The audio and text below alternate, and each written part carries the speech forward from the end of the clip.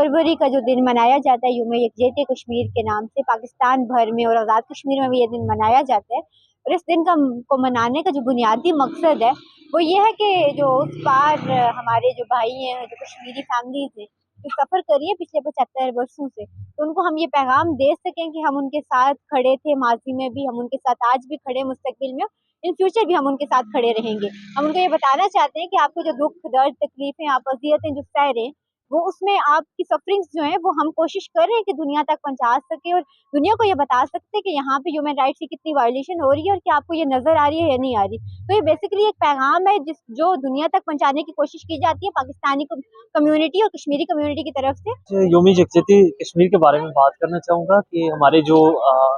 मकबूजा कश्मीर में मुसलमानों के साथ जो जुल्म हो रहा है, तो उसके खिलाफ हमने खुद खड़े होना है, हमने खुद उसकी आवाज़ बनना है। तो हम